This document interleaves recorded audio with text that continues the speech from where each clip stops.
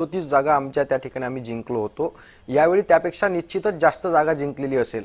मुळात काँग्रेसची ताकद मुंबईतली जी काही असेल ती आम्ही आमच्या सगळ्या कार्यकर्त्यांना संधी दिली पाहिजे।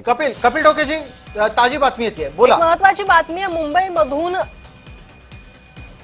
नवाब मलिकांचे भाऊ कप्तान मलिक हे पराभूत झालेले आहेत।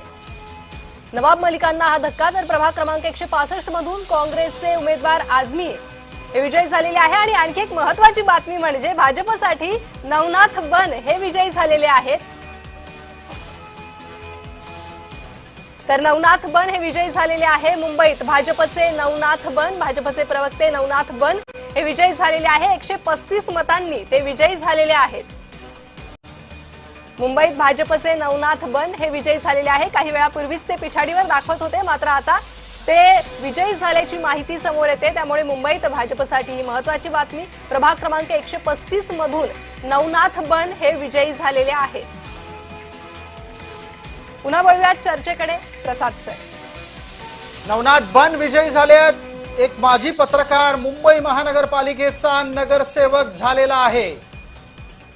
आमच्यासाठी वैयक्तिकरित्या पत्रकार म्हणून एक अभिनंदनास्पद बातमी, अभिमानास्पद बातमी आहे। नवनाथ बन मराठवाड्यातला एक संघर्षशील मुलगा मुंबईत येतो, मुंबईमध्ये संघर्ष करतो, पत्रकारितेमध्ये काही दिवस घालवतो, त्यानंतर भारतीय जनता पार्टीमध्ये जातो आणि तिथून निवडणूक लढून मुंबई महानगरपालिकेमध्ये जिंकून येतो।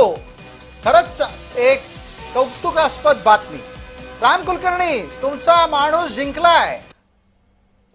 अभिनंदन अभिनंदन नवनाथचं करतो। मला फार त्याचा स्वाभिमान आहे। तो बीड जिल्ह्याचा आहे आणि बीडचा झेंडा मानखुर्द मध्ये मुंबईमध्ये लागला हे काही कमी नाही। आणि म्हणून नवनाथचं अभिनंदन। हे खरंय की मुंबईकरांनी विकासाला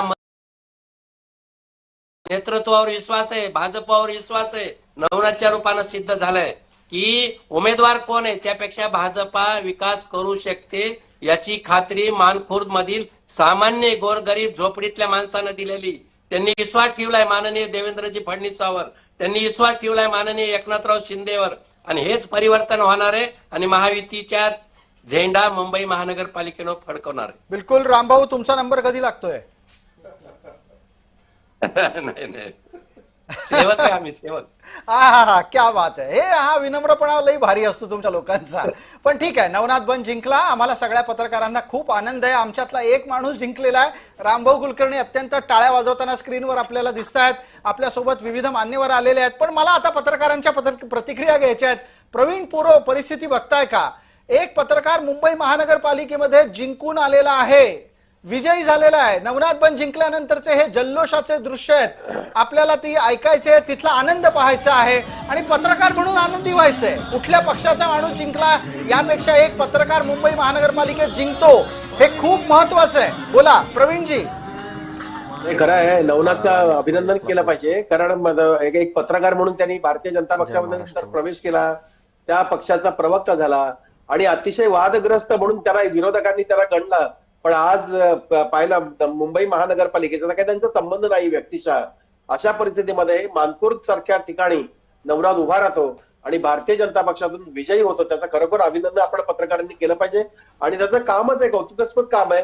पत्रकार म्हणून त्यांनी स्वतःची छाप उडवलेली आहे आणि प्रवक्ते म्हणूनही भारतीय जनता पक्षाचं ते छाप त्यांनी पाडलेली आहे आणि त्यामुळे त्यांचा विजय खरोखरच कौतुकास्पद असं म्हटलं पाहिजे। बिलकुल बिलकुल बिलकुल प्रवीण पुरो, एका पत्रकाराच्या विजयाच्या बद्दलचा आनंद स्वाभाविकरित्या न्यूजरूम मध्ये पण आहे आणि त्याचबरोबर आता मकरंद मुळे यांच्यापर्यंत जातो। मकरंद मुळे याच